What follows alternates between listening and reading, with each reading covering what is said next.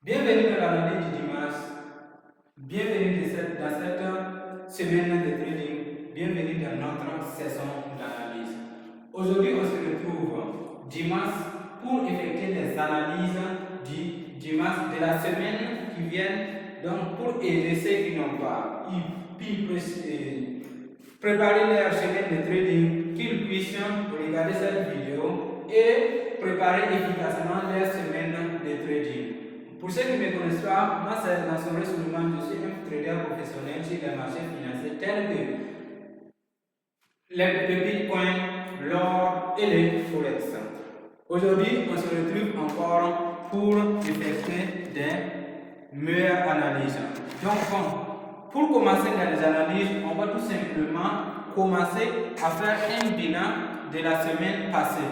Ce bilan dit tout simplement que nous avons effectué des analyses la semaine passée, le dimanche passé, et ces analyses ont été bien respectées.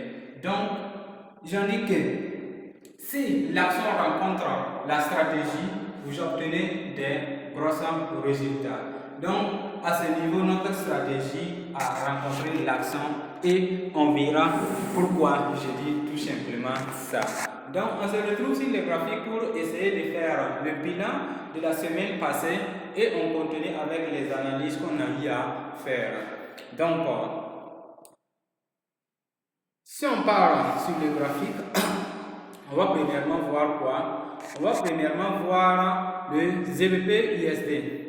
Le ZVP USD, une trade que j'ai pris la semaine passée et ça a été vraiment magnifique. Je vous explique comment j'ai fait pour prendre ce trade. Donc, je suis sur le graphique de la livre sterling contre le dollar américain. Je pars en ASCAP.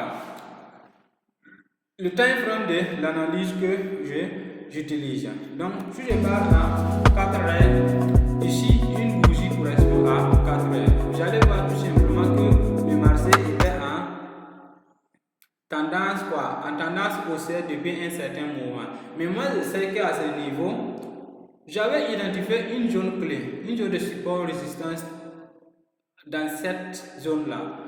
Vous allez voir que le prix est arrivé tout simplement dans cette zone. Donc, mais comment le prix a réagi dans cette zone? Vous allez voir tout simplement que le prix est arrivé, il commence à rechuter. Il a fait une très belle réjection. Mais moi, je ne pourrais pas prendre le trade en 4 heures. Je reviens en 1 heure pour voir quoi? Pour essayer de voir comment le marché fait en 1 heure. Donc, parce que c'est là-bas, j'arrive, je prends mes positions. Je supprime ça pour que je puisse prendre les bons critères d'entrée. Donc, vous allez voir à ce niveau que le marché a fait quoi? Le marché a fait un M6 à ce niveau. Il y a une vidéo que M. Tech a dit. Le marché, c'est comme quoi? C'est comme une montagne. Si toi-même, tu essaies de monter dans une montagne, et que, entre-temps, vous allez devoir être fatigué. Donc, c'est la même chose. Le marché, c'est comme ça. Une fois que le marché commence à monter, s'il arrive dans une zone où il ne pourra pas franchir, il commence à faire des réactions. Comme toi aussi, tu vas essayer de reculer un peu. Donc, ici, le marché, c'est les mêmes choses. Vous allez voir qu'à ce niveau, le marché a touché notre zone clé de AS4 à ce niveau. Il est revenu, il a encore reparti toucher la zone. Il a fait comment? Il a fait tout simplement une réjection sur cette zone. Il a essayé de casser cette zone, mais il n'a pas pu clôturer. Donc, moi, je pouvais prendre ce trade à ce niveau parce que lorsque le prix a rejeté, il a donné une très belle confirmation d'avalement baissière. Donc, je place ma position là et le TP là. Si je devrais placer mon SL, ça se résiste à ce niveau, ça ne me donne pas un bon ratio risque-récompense. Je fais tout simplement quoi? Je supprime ça, j'arrête, j'identifie ma zone quoi? Ma zone de supply juste à ce niveau. Ça c'est une zone de supply pour moi, ici. Donc, je reviens tout simplement, je place une ordre différée. Lorsque le prix va revenir ici, je pourrais tout simplement placer ma position et faire quoi? Attends, je vais prendre le micro. Donc, si je place mon SL ici, ça me donne un bon ratio risque-récompense de combien? De 8,31. Donc, vous allez voir qu'à ce niveau, le prix a vraiment donné ça.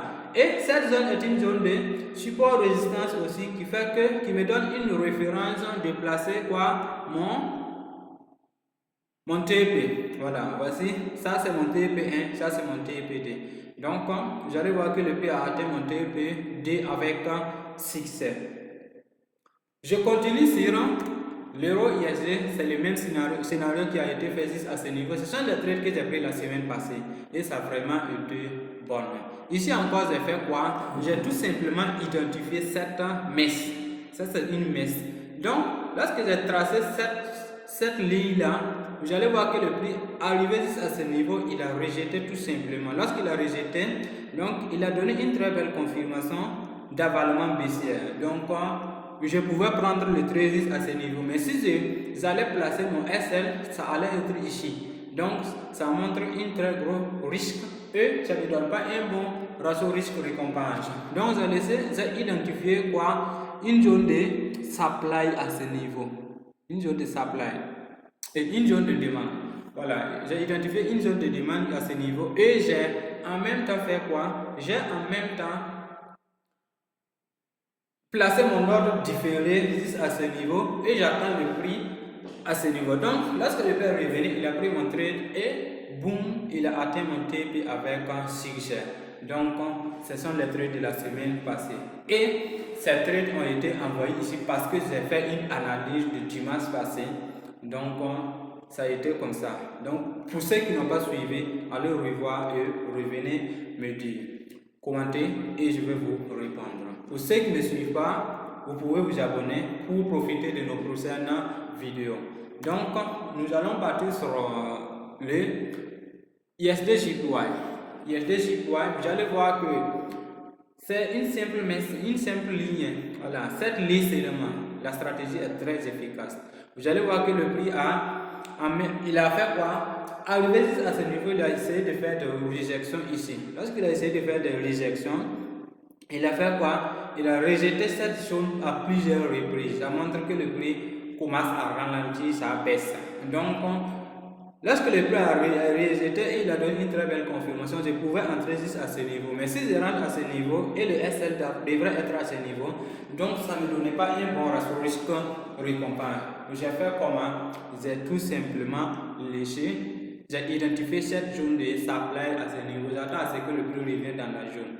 Le prix n'est pas revenu et il a atteint le TP. Donc, ça ne me dit rien. Le bon trade, c'est celui que tu n'as pas pris. Un bon trade, c'est celui que tu n'as pas pris. Donc, c'est la même chose. Donc, on poursuit pour le bilan. Nous allons partir sur quoi? Sur le dollar américain contre le dollar canadien. Donc, ici, j'ai fait l'analyse en 4S et j'ai en même temps pris le trade en 4H.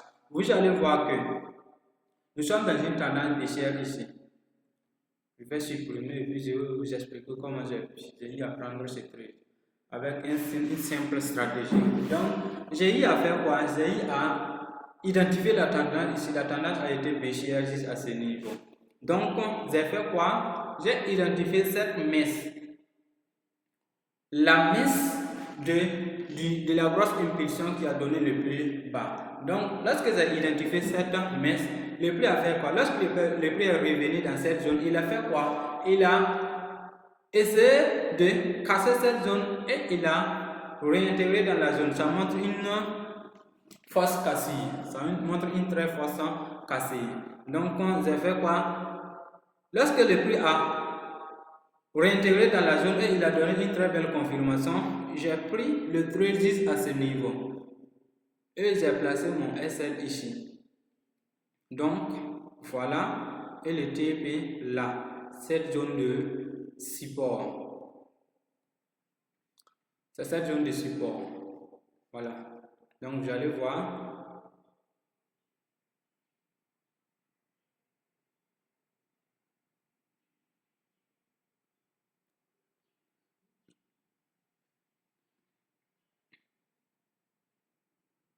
Voilà. Donc Voici ce qui ressemble au trade que j'ai pris la semaine passée. Et ce trade a été envoyé ici. Voilà. Donc le dimanche passé, j'ai fait des analyses et je vous ai donné ça. Donc pour ceux qui n'ont pas suivi, allez voir les analyses que j'ai fait la semaine passée et revenez me dire ce que vous avez vu. Donc c'est en même temps ce qui a été ici. Donc j'allais faire quoi? Abonnez-vous pour ne pas manquer nos prochaines vidéos. Et les analyses que je vais faire ce dimanche encore, ça sera magnifique, ça va vous donner beaucoup de gains. Donc en trading, si tu es précipité, tu ne peux pas être rentable. Donc la rentabilité réside tout simplement là où tu essaies de suivre le marché à ton rythme. Voilà. Donc à ce niveau, vous allez voir tout simplement que le trade a été vraiment magnifique. Donc avec ça, c'est tout simplement ça, cette ligne-là, que j'ai pris ce trade. Vous aussi, regardez. Donc, je suis où ça? Je suis sur le dollar américain contre le franc suisse, USD/CAC. Je pars en 1 heure pour voir qu'est-ce que j'ai fait pour prendre ce trade-là. Donc ça c'est une zone de support résistance et ça me donne une autre opportunité de prendre un trade aussi ici.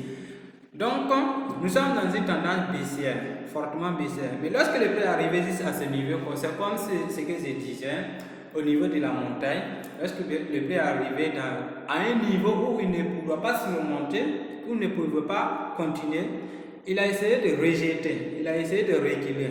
Mais lors de sa recul, il a fait quoi?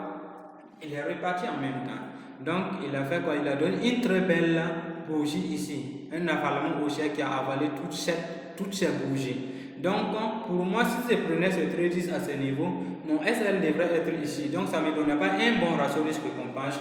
J'ai tout simplement essayé de faire quoi? J'ai tout simplement essayé d'identifier ma zone de supply. Ici, c'est une zone de supply. J'ai identifié cette zone de supply et j'ai fait quoi? J'ai placé mon ordre différé ici et le TP tout juste au prochain pli haut, au prochain jaune clé que je l'ai placé. Mais comme le prix a fait, bon, TP, même temps un TP, c'est magnifique ça. Avec une simple ligne. Avec une simple ligne.